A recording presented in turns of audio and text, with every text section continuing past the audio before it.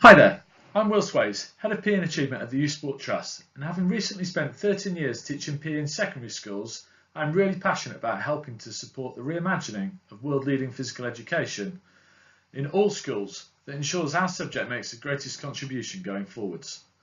Really sorry that I can't be with you in person, but the YST we are really excited to support any initiative that gets the PE profession networking and sharing ideas.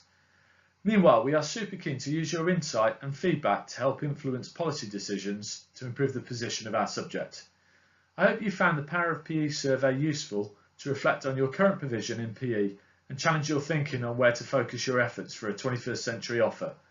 But also want to thank you for the fact that this anonymised data is imperative to allow us to campaign on your behalf for a stronger future for our subject and keep it on the national agenda.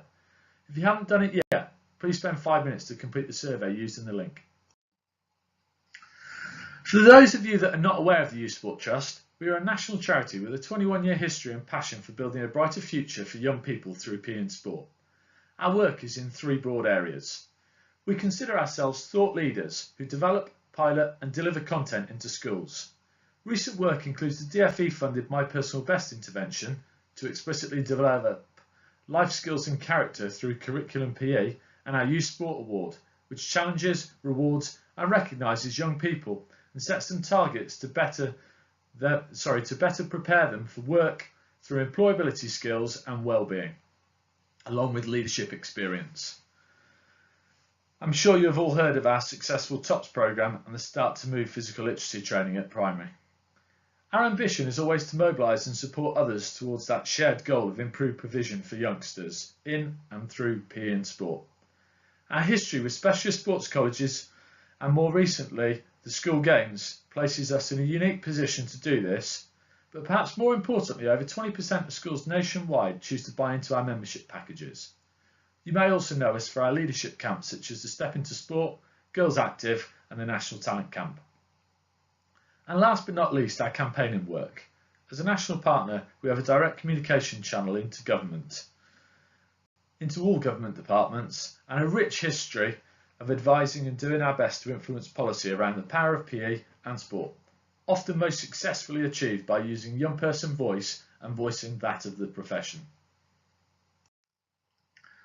I want to take just 10 minutes to give you an update on the current national picture and share some exciting opportunities coming to the world of PE that you may not be aware of and should definitely find a way to capitalise on.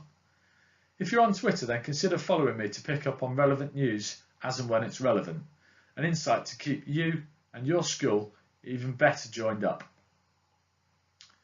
Or, even better than that, join our national network of YST PE catalysts, some of whom should be in the room with you today, and if not, take a look and find out more via our website. It's important to start with a thank you for the hard work that you do day in and day out. With the pressures of changing curricula, relentless proving of progress, league tables and Ofsted, we sometimes lose sight of the things that get us out of bed in the morning and the reason your job is so important. So then, who are the big players when it comes to the world of PE, sport and physical activity, and what is happening at a policy and practice level? You don't need me to tell you that a lot has happened over the past 3 years in the educational landscape. The reality is that what we are seeing in terms of practice is becoming increasingly fragmented across the country. In 2014, the new national curriculum came into effect.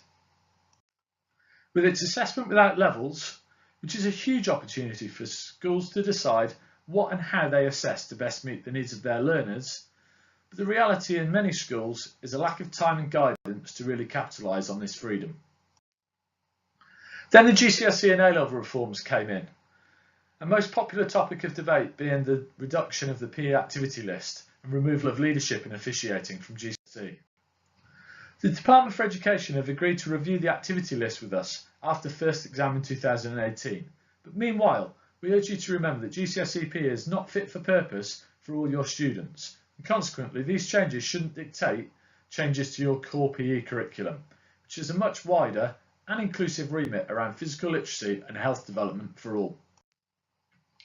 Ofsted, possibly the most influential player within the educational system, reformed to a common inspection framework from September 2015. With a new area of inspection called Personal Development, Behaviour and Welfare, which health and fitness features prominently within. It is important that leaders of PE clearly demonstrate how their offer within the extended curriculum serves this area in terms of physical, emotional and social well-being, especially in light of the massive press interest in these areas at the moment, from an obesity crisis to worrying mental health within youth and issues of radicalisation and social mobility. Are you making sure that Ofsted's first impression of your school reflect all the work that you do in this area? Do you share it via your website and ensure activity is made overt to inspectors when they're in your school? Have the confidence to invite them down and show off all that you do. In March 2016, the DfE published its Educational Excellence Everywhere white paper, which is still relevant despite Brexit and the changes in government. It clearly sets out progress to date and plans for the future in order to provide great teaching in all areas of the country, with autonomy given to local leaders of education, the growth of multi-academy trusts and teaching school alliances, driving progress at a local level. One bit you may have missed from this document that's really relevant to PE is on page 20 around character and resilience, a commitment of 25% of secondary schools receiving funding to extend their school day to include a wider range of activities such as sport, arts and debating. Watch this space for announcements on this to see if you and your school and your PE department can benefit from the funding.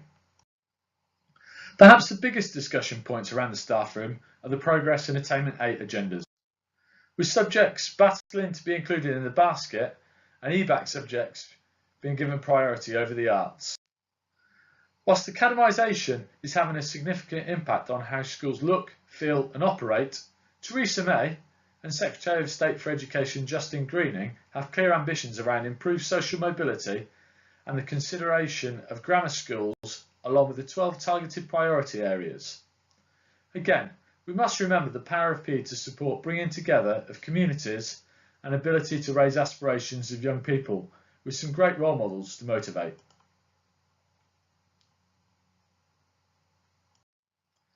With so much going on in terms of educational reform, it is no wonder that many of you haven't had time to tune into the sport and health policy changes, which are equally important and influential in the world of PE. Again, some great opportunities here. Back in December 2015, Tracy Crouch released DCMS Strategy for an Active Nation, which has really changed not only what is considered a sport, but also how success is measured, and it's no longer about bums on seats or Olympic medals. The focus on the 5 outcomes are at the heart of what the national governing bodies and wider organisations are now focused on, but also incredibly relevant to PE when you look and think about the whole person or holistic outcomes sought from a world-leading curriculum offer.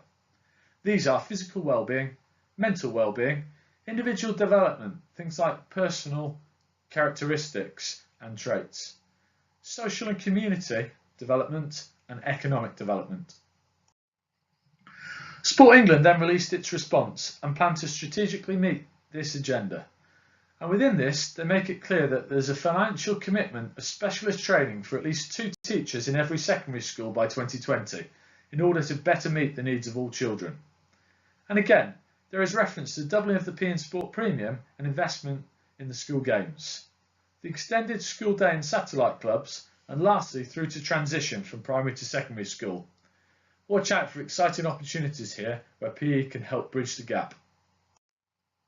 Meanwhile, Department of Health, which provide a big chunk of the PE and Sport Premium Fund already and will contribute more from September 2017, they released their Child Obesity Plan and further updates to it in January 2017, with their agenda to ensure that children receive at least 30 minutes of physical activity within the school day. Again, this is really something for PE to lead on. A quick summary of the 5 main opportunities that are on the horizon for PE and you need to stay close to. If you're not already, tune into the health and wellbeing agenda. Scotland's Curriculum for Excellence has done a great job of heightening the relevance of PE north of the border with its principal focus on health.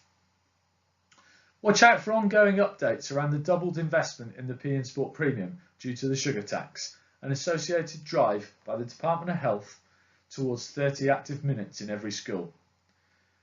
Meanwhile, keep close to the DfE plans to support 25% of secondary schools to extend their school day. It's not exclusively about PE, but a great medium to develop character and resilience. You certainly should look to bid and provide as part of the solution where you can. Training for 2 secondary staff to better meet the needs of all children and not just those with sporting ability is another investment in our subject, and key to prioritise beyond the easy to reach children already motivated in PE. And lastly, think carefully about how you are supporting youngsters' wellbeing, achievement and sporting engagement as they move from primary to secondary school, and look to access support to enhance this area. PE departments that are currently being successful have social, emotional and physical wellbeing at the absolute heart of their offer, which is resulting in improved attainment and achievement. Are you realising the power of PE in your school? And finally, when I talk about the world-leading PE, I'm referring to the wider PE offer. The most important bit to get right, first, is the core curriculum offer, as that's the access point and the engager for all. Hopefully at least 2 hours of high quality, or maybe even world-leading provision to meet the needs of all students, taking account of their different needs, abilities, motivations, personalities, and focusing on outcomes and not activities like football and netball. They're merely the vehicles. Then on top of that, the whole school physical activity offer that includes active travel to school and influencing physical activity habits within other curriculum lessons to support active learning.